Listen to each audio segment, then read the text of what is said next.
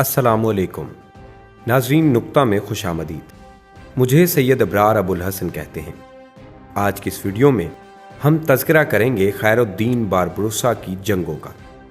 خیر الدین باربروسا کی جنگیں خلافت عثمانیہ میں کئی جانباز گزرے ہیں، جنہیں آج بھی تاریخ کارناموں کی وجہ سے نمایاں کرتی ہے۔ ایسا ہی ایک تابندہ نام خیر الدین پاشا باربروسا کا بھی ہے۔ ہمارا المیہ ہے کہ ہم آج اپنی شاندار تاریخ کو فراموش کر چکے ہیں۔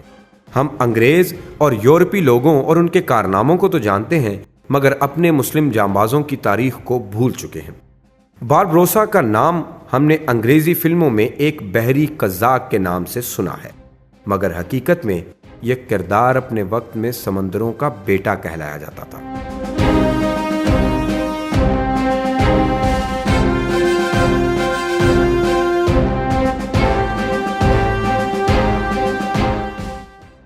خیر الدین اپنی بہادری اور غیر معمولی ذہانت کی وجہ سے بحیرہ روم کے سمندروں میں خوف کی علامت سمجھا جاتا تھا۔ خیر الدین باربروسا مسلم بحری تاریخ کے عظیم امیر البحر گزرے ہیں، جن کی ذات سے بہت سے کارنامے وابستہ ہیں۔ خیر الدین پاشا بارباروس ایک ترک تھا جو یونان کے جزیرہ مڈیلی، جس کا موجودہ نام لزبوس ہے، میں پیدا ہوا۔ ان کا انتقال استنبول میں ہوا۔ ان کا اصل نام خضر یعقوب اوغلو یعنی خضر ابن یعقوب تھا۔ خیر الدین کا لقب اسے عظیم عثمانی فرمانروا سلطان سلیمان قانونی نے دیا تھا۔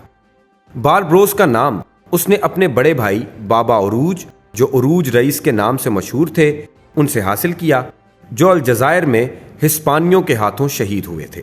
بھائی کے مارے جانے کے بعد خیر الدین نے اپنے بھائی بابا عروج کی پالیسی کو جاری رکھا اور اسپین سے مظلوم مسلمانوں کو شمالی افریقہ لاتا رہا، جس کی بدولت اسے اسپین کے مخالف مسلمانوں کی بڑی تعداد کی حمایت حاصل ہو گئی۔ خیر الدین نے 1519 میں الجزائر پر قبضے کی کوشش کرنے والی اسپین اور اٹلی کی مشترکہ فوج کو شکست دی۔ 1529 میں اس نے ایک ساحلی جزیرے پر ہسپانوی قلعے پر بھی قبضہ کر لیا۔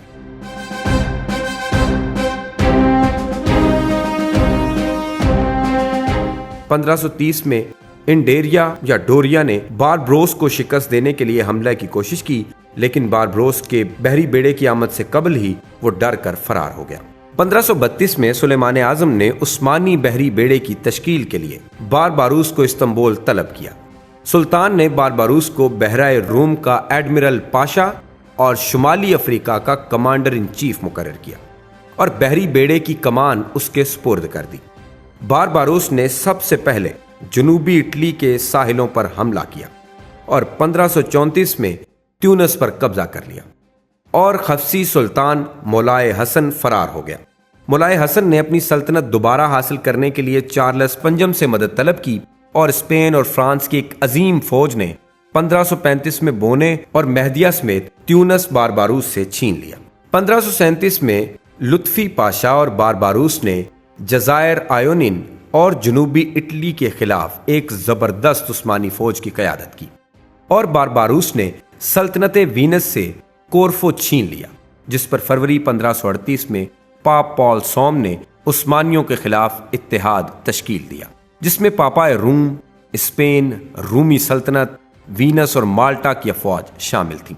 لیکن ستمبر 1538 میں بارباروس نے جنگ پریویزا میں اس مشترکہ مسیحی فوج کو زبردست شکست دی، جس کی قیادت انڈیریا یا ڈوریا کے ہاتھوں میں تھی۔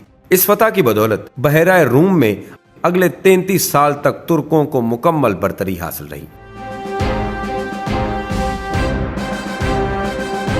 1543 میں بارباروس نے ایک عظیم بحری بیڑے کے ساتھ مغربی بحیرہ روم میں نئی مہمات کا آغاز کیا اور اٹلی اور اسپین کے جزائر اور ساحلی علاقوں پر حملے کیے۔ اس نے فرانسیسی ساحل شہر نیس پر قبضہ کر لیا۔ اس نے اپنے بیڑے کے ہمراہ موسم سرما ٹولون میں گزارا اور اگلے موسم بہار میں اسپین اور اٹلی کے اتحادی بیڑے کو ایک مرتبہ پھر زبردست شکست دی اور ریاست ناپولی کے قلب تک حملے کیے۔ اس نے اطالوی شہر جنیوا پر حملہ کرنے کی دھمکی دی، لیکن 3000 دوکات اور اپنے لیفٹیننٹ اور دوست تورغود رئیس کو رہا کرنے کے عوض حملہ سے باز رہا۔ تورغود 1540 میں گرفتار ہونے کے بعد جنیوا میں قید تھا اور ایک جہاز پر غلام کے طور پر کام کر رہا تھا۔